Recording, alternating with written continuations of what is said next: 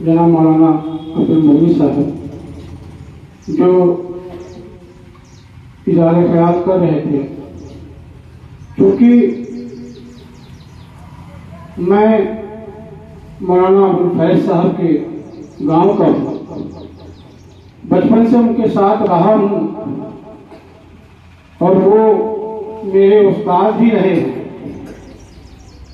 بہت سارے ایسے مراحل آئے ہیں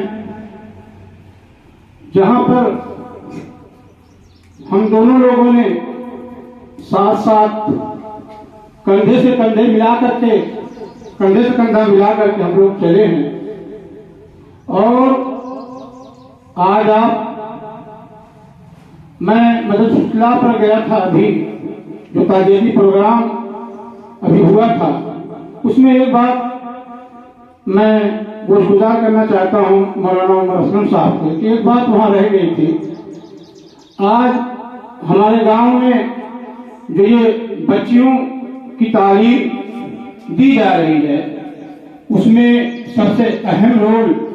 اگر کسی کا ہے تو مولانا عبدالفیض صاحب اصلاحی کا ہے۔ ہم لوگ 1990 میں جامعۃ الزہرا کی بنیاد پڑی، 1993 میں ہم دونوں لوگوں نے بامبے کا سفر کیا چندے کی غرض سے، اور اس وقت 27,000 روپے چندہ ہوا تھا۔ مولانا صاحب کی ایک خاص اس سفر میں ایک چیز جو آئی میرے سامنے، حالانکہ میں بہت آزاد قسم کا آدمی ہوں، بہت آزاد خیال کا آدمی ہوں، مولانا صاحب 2 کلومیٹر پیدل چل کر کے جاتے تھے تاکہ جو ہے کرایہ بچ جائے۔ اس طریقے سے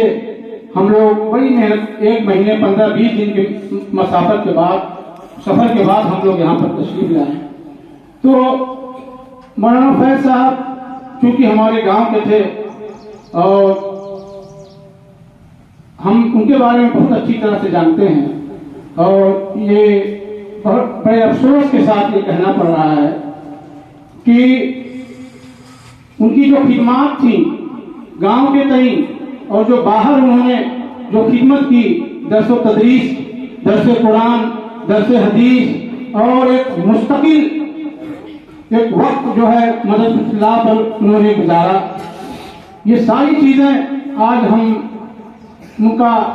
اگر ہم نعم البدل سوچیں تو سمجھ میں بات نہیں آ رہی کہ ان کا نعم البدل کیسے ملے گا۔ ان کی پوری زندگی عبادت و ریاضت میں گزری، خدمت میں گزری، اور اصلاح معاشرہ